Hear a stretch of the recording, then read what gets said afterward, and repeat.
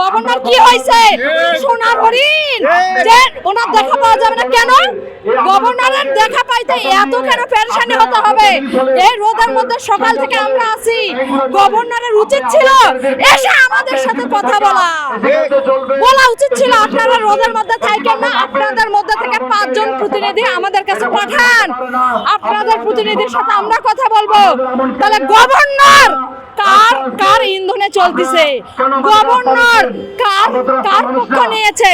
সাধারণ আমানতকারীদের হয়ে যদি কাজ করতো তাহলে আমানতকারীদের সাথে বসতো, তাহলে নিশ্চয় এর পিছনে বড় কোনো কালো হাত আছে। এটা আমরা এই কালো হাতটাকে আমরা ভেঙে দিব 10 তারিখের পরে ইনশাআল্লাহ। যদি আমাদের ন্যায্য দাবির ন্যায্য বিচার না করা হয়, মেনে না নেওয়া, এটা ন্যায্য বিচার যদি না করা হয়, আমরা এসি রুমে যেসব ব্যাংকের আমরা টাকা রেখেছি ওই সব ব্যাংকে যে বাটাম দিব। যে ব্যাংকে টাকা রেখেছি ব্যাংক টাকা দে, আমি এই ব্যাংকে টাকা রেখেছি, তখন ব্যাংক কি করবে? বাংলাদেশ ব্যাংকের গোষ্ঠী খিলাবো।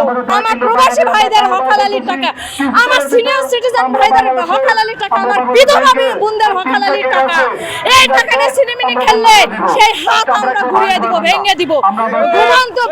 ঘুমন্ত বাংলাদেশ আবার জাগ্রত হতে দুবার ভাববে না।